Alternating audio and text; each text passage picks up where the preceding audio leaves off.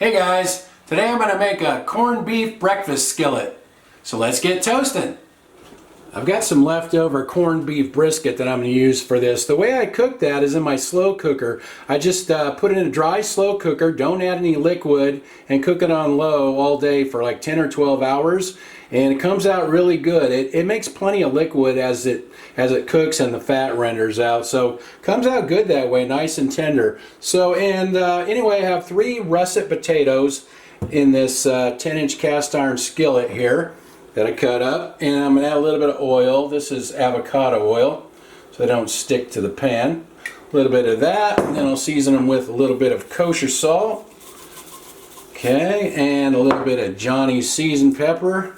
Use this one all the time. Besides pepper, this has sugar, red and green bell pepper, garlic, and onion in it.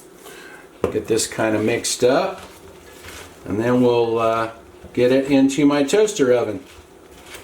Now I'm going to cook these at 450 degrees Fahrenheit on bake, and when they look about done, I'll add the corned beef and a couple of eggs. While the potatoes are cooking, I'll cut up some of this corned beef. You can see the grain runs that way, and actually you can pull it right apart. It gets that tender, but I'll cut it against the grain so I don't have these big stringy pieces, and then I can kind of pull the fat off of it so I don't have all that fat that's on the bottom side on there. Anyway, I'm just going to kind of crumble this up and pick the fat out. The potatoes were in there 35 minutes and they are looking good. So now I'll sprinkle this corned beef on the top. It's already cooked, and you can see all the fat I pulled off of there. So we'll just get all this meat on the top here.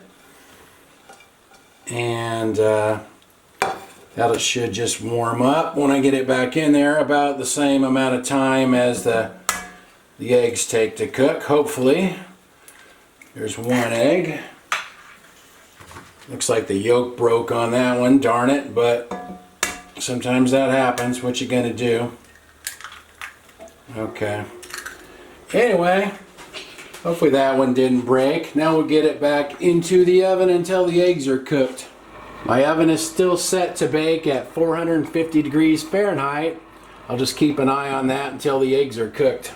It's been about 5 minutes, so let's see how this looks. That looks pretty good. Unfortunately, that egg broke, but that's life. The corned beef has a nice red color to it. It's because it's brined. The brine gives it that color. This egg broke, so I don't know. Probably not a runny yolk in that one, but stuff happens. That's the way it goes when you cook live. That yolk is hard boiled. Let's see how this one is. That one's runny though, so we got one. I could have added an extra egg, I guess, since the other one broke, but that's okay. Try not to eat too many eggs myself anyway. A lot of cholesterol. All right, let's try a bite here.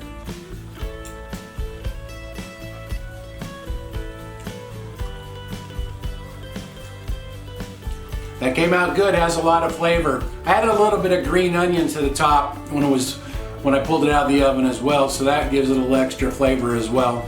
I spilled some, so Annie's already licking the floor over here. Want to try a piece of corned beef, Annie? Not bad, huh? Well, that came out good. I'll write everything in the description like usual. And I did a video of how I cook the corned beef in the slow cooker. I did that video several years ago. It's actually one of my most popular videos. So I'll write the link to that video in the description as well. Thanks for watching. See you guys next time.